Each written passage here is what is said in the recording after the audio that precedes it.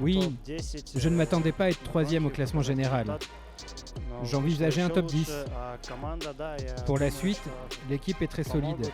On espère garder cette troisième place ou même faire mieux au général.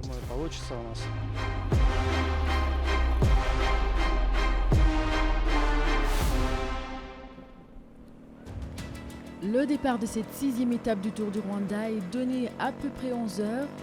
Des levées de drapeau blanc effectuées par le directeur de course. C'est un Rwandais, Samuel Liongo, qui porte la première attaque. Il est vite rejoint par 3 autres coureurs. Il s'agit de Milan Denis de Lotto au maillot rouge, d'Alexander Salby de Bingol au maillot jaune et de Vincent Dorn de l'équipe Bike Aid au maillot bleu.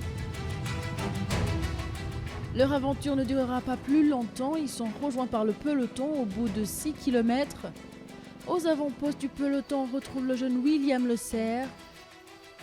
C'est ensuite au tour de Chris Froome d'attaquer. Le quadruple vainqueur du Tour de France tente sa chance.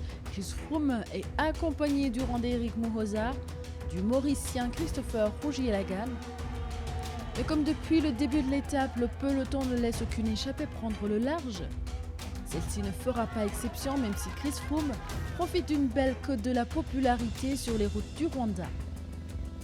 Les positions au classement général sont encore trop indécises pour laisser autant de liberté à une échappée en prévision.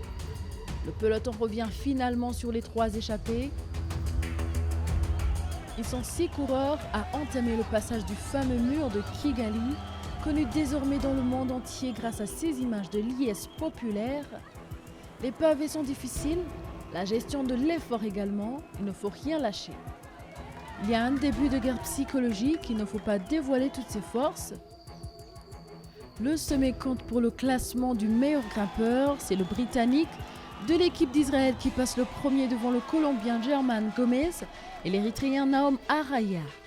5 coureurs se sont détachés à 3 km de l'arrivée, en haut de la montée vers le mont Kigali, dernière difficulté de la journée.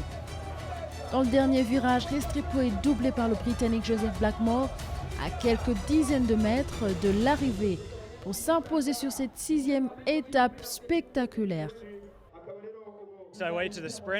J'ai attendu pour le sprint. Je savais que les 500 derniers mètres seraient très difficiles. J'étais dans un petit groupe. On a attendu le dernier moment, les 50 derniers mètres pour le sprint. Pour le classement général, c'est Peter Joseph Blackmore qui vient en premier et suivi de Ilkan Dostiev. Et après, donc la 3e place revient à Jonathan Restrepo.